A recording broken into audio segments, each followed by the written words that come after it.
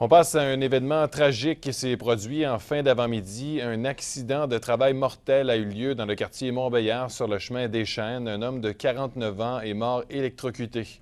Les explications avec Marc-André Boulian.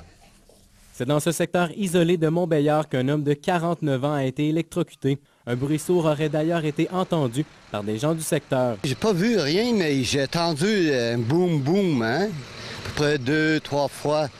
Puis je pensais que c'était quelqu'un avec une carbine. Puis là, j'ai vu une ambulance, police, ambulance, puis après ça, une autre police. Puis ça, je me dis, je vais aller voir ce qui se passe. Hein?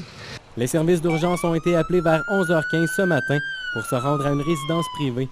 La victime, un homme de 49 ans, a été conduit au centre hospitalier où malheureusement son décès a été constaté. Selon les premières informations, une décharge électrique aurait possiblement été causée par une manœuvre avec une bétonnière.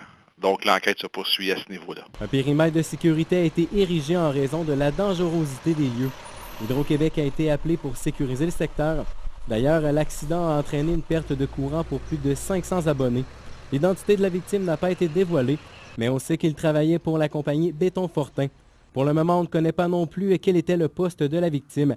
La CSST enquête présentement sur l'accident. Actuellement, on a 2 inspecteurs qui sont sur place, qui sont là pour recueillir l'information, recueillir un peu d'informations de la part des témoins, si témoins il y a. Donc, c'est le processus habituel. Ils vont se rendre sur place pour constater actuellement la bétonnière sur place.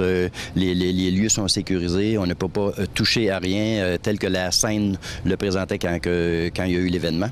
L'enquête de la CSST nous permettra de mieux comprendre les causes et les circonstances de ce terrible accident. Marc-André Boulian, RNC Nouvelles, Rouyn-Noranda.